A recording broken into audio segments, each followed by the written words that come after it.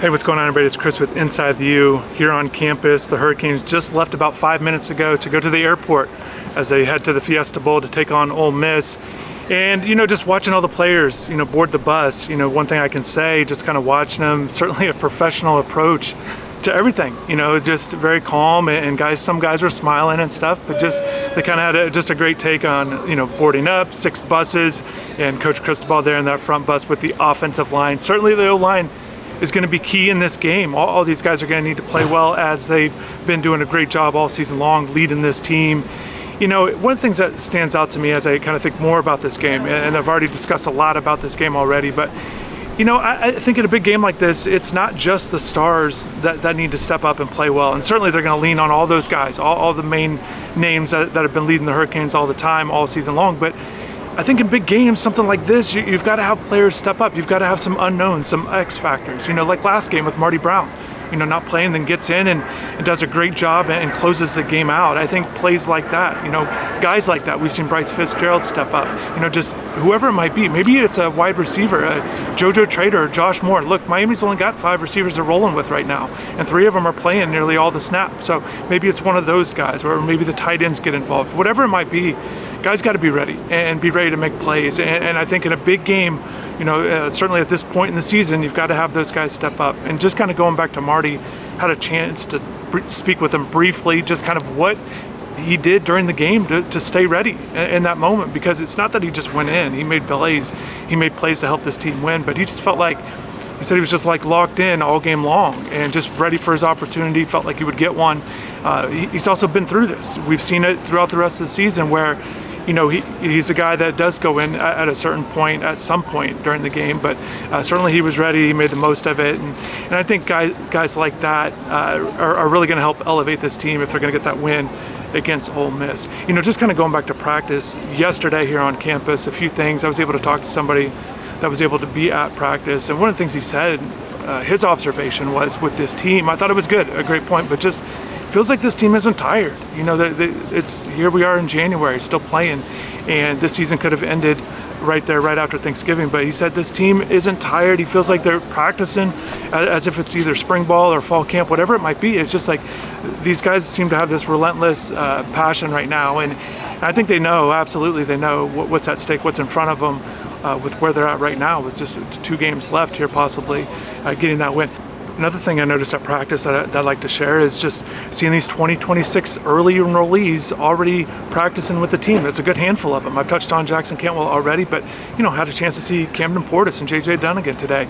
And just for them to be a part of the practices leading up to such a big game, I think is great, just to see the atmosphere and the intensity and everything. That I think they can kind of soak all this in. And surely, I remember just in the early years of covering this, these guys want to continue it on. They want to continue the success. So being around it, seeing it, what it all takes, I think it's great for these guys. And Coach Cristobal mentioned it as well. So I just think that's big. I think experience in these kind of games and this kind of environment has certainly been big. And just a few notes on some of the injured guys. I know a lot of people have been asking about, with Damari Brown, is he going to make his way back? Obviously, you saw him at practice, and it's just great to see him back out here. The one thing I'll say about these injured guys, and Coach Cristobal mentioned that they're progressing, and that kind of thing. Got to see Ahmad Moten as well and Frederic, but the key right now, the way I'm thinking about it, is today's Monday. They've got time to get ready for Thursday. And as soon as they land, I'm sure the treatment and trying to get ready as quickly as possible, because whatever they can contribute to the team would be good for all 3 of those guys.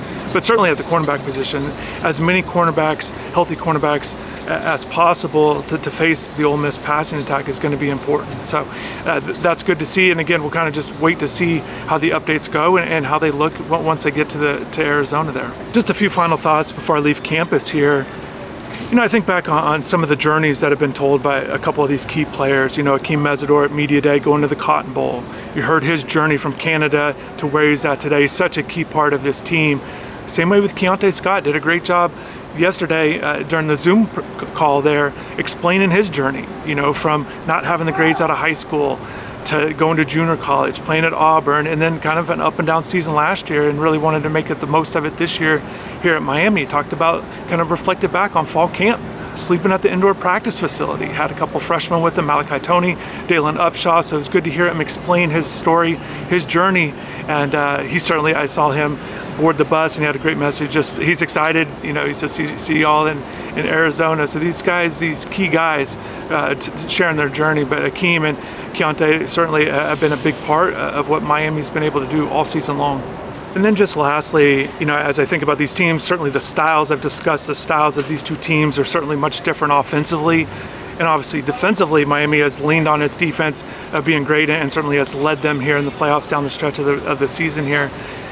But the other thing I think that's a little bit different with this game for Miami is they're not the underdog. Now they are the favorite. They're expected to win this game. Everything with Ole Miss is going through with his coaching staff, which I had a great conversation with Neil McCready there. Definitely check out that video if you haven't heard him explain the coaching situation, the latest with that. But yeah, Miami's going to be expected to win. They're favored. I think it takes on a new task, and certainly everyone's expecting Miami to win this game, and then play the national championship game at Hard Rock Stadium.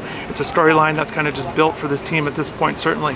So we'll see. We'll see how they kind of handle it. Coach Cristobal did say in his press conference leading up to this, just felt like earlier in the season the team didn't do a great job of handling success. And so this is much different. They've been successful, and they have to continue it on. So I really appreciate everybody watching these videos, daily videos leading up to the game. Some more thoughts, I'll certainly provide some, but definitely drop the comments below. I appreciate everybody. I've been reading all the comments, so definitely want to reply to those as well. But certainly it's great hearing what you guys have to say, how excited you are for this moment, for this program. So that's great to see. Definitely have a good rest of the day, and take care.